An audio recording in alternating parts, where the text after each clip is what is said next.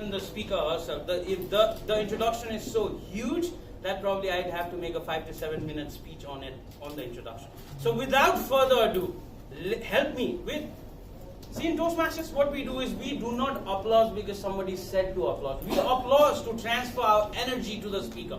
Let me hear that thunderous round of applause with all the food you had throughout the day. Help me welcome Malvika Subba.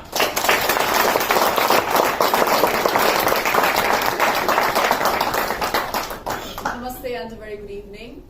I had reservations when I was invited to the Toastmasters Club. I have been to one session before and it was one of the most embarrassing moments of my life. I have worked for 17 years in the media now. This is my 17th year. I'm an erudite host and I believe I do have some deeper understanding of being a host and being in the media per se. You are wrong about two things. I'm not an actress. I don't like being called an actress. I did do 2 offbeat cinema. They never released in Nepal. I guess I was termed unlucky, so nobody approached me after that. But they did go to film festivals. I'm not a life coach as per se. I do teach and train about public speaking and I do choreography on stage shows.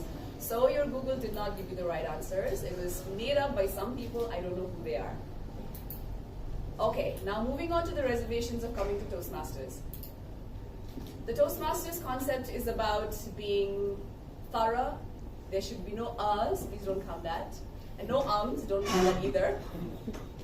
And that idea sort of already, I believe, makes you uncomfortable. Also, English is not our mother tongue. That makes us double uncomfortable. Most of us think in Nepali, and that's why we sort of speak in Nepali. Personally, on a personal level, I love speaking only I'm being paid for. So that was my another reservations for today. I am an introvert at heart. Doesn't seem like that, but I definitely am. There were many, many years in school, in high school, in college, where I did not have the guts to give an answer of which I knew it by heart, because I used to be so afraid. But something in me, and something my teacher saw in me, said that you can be great. You will be a great person. I didn't know what that was, but I knew I was going to be great.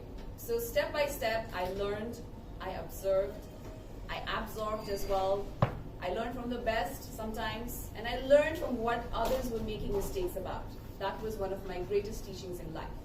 I do not want to repeat what others were doing. I was like so critical, oh, that person made a mistake. I don't want to do that anymore. So that was the kind of person that I was, and that's how I went on till what I am here today, right now.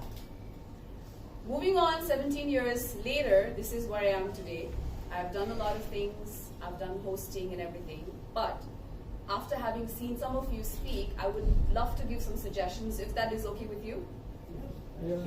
I believe as a public speaker, as a host, the most foremost thing besides language is your body language. I don't know if you cover that. Do you cover that? Yes. You do cover that. Okay. So do you know the concept or the term called catwalk in the fashion world? Yes. Do you know why it's called a catwalk? Can someone enlighten me or tell me why is it called a catwalk? Why not a dog walk or a horse walk or an elephant walk or a hippopotamus walk? Why do you think it's the cat? Because the cat walks confidently. The horse walks confidently too. The elephant is so confident. Sorry? Maybe the walk is feminine. Because Feminine. cats, they walk peacefully and silently. One knows they are walking. Yes, you were saying? Because cats are supposed to be very poised and elegant. Okay, let me get to the answer quickly because my minute is like ticking away. So you know how cats have paws? We human beings have hands and legs. They have paws, and that's how they. So what they do is, let's say, for example, this is our feet, and I would like to call this the heel part, the behind part. The front part will be the toes. So it's the heel and the toes. So what they do is they hold on to the heels and toes, and this is how they walk. So they are poised, they're very sophisticated, and they're very quiet. Like tigers, leopards, lions, they all fall into the feline species. And when they try to attack a prey, they're so quiet and so worldly and sophisticated that even the prey doesn't know that they're being attacked. So that's how it came into the fashion world, the term catwalk. Now what I've thought of is using the catwalk terminology of the heels and the toes. Now, if you've realized, people who put pressure on the heels, they stand like this. They go back when they're talking. People who put pressure on their toes, they go like this. Almost like in Peltino.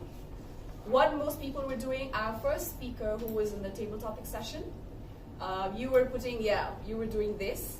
So there's like a lunge that you were trying to do, or I like to call it the Nepali Tamak Selo. You go one, you do that, you change your feet. That's because you don't have a proper hold. So when you have a proper hold of putting pressure on your heels and your toes and holding onto the ground according to the law of gravity, that is when your legs sort of have a rigid area to stand on. And of course for your back, your upper body, your back straight is very, very important. Now people have no idea what should we do with their hands. Sometimes you are like rolling your hands too much. What happens is that then people start looking at your hands so much rather than hearing what you're speaking.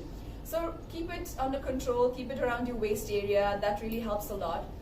The lesser you move your hands, the more focus it is on what you're trying to say. But the more you move your body, the more you move your hands, people start focusing on your hands. So that is my very basic tip that I've given. I hope that will give you an erudite learning of what I'm trying to do. I was also given the concept to talk about leadership. Now, having given you my background, being an introvert, being a very shy person, but who was very, very tomboyish and almost beat up a guy, I changed a lot over the years. I also grew up in a community where the concept and ideologies were very, very conservative. We had to be home by 5, the usual differences in genders and all that things that goes around, which has changed a lot in these years. But something in me always told me that you are meant to be different. Why should you see yourself as a woman, less than a man, and have the comparison over there? I did not want that. It used to suffocate me so much. So slowly, our speaker who just mentioned here, the way he changed himself, exactly that's what I did. And I applaud you for the same as well. I think your way is the right way. That's what we like to say, of course. I don't know if it applies to everybody else, but that's how I changed. I started speaking. I started telling people what I actually felt. I did not stop there. But I realized that in this gender concept world, when you give your opinion as a woman, you're considered a bitch. I don't know if I'm allowed to say that. If you say it as a man, you're like, oh wow, what a personality, he is the man. And I still get that a lot. I still get a lot of comments saying that I'm very rude, I'm very straightforward, and I'm, the BITCH. We like to call it babe in total control of yourself. That's like trying to, tell yourself that you are a very good person. That is what I do. And over the years, I started teaching public speaking because I realized that if I, a very shy, introverted person, could change myself. And I have to tell you one very funny incident. We're talking about languages.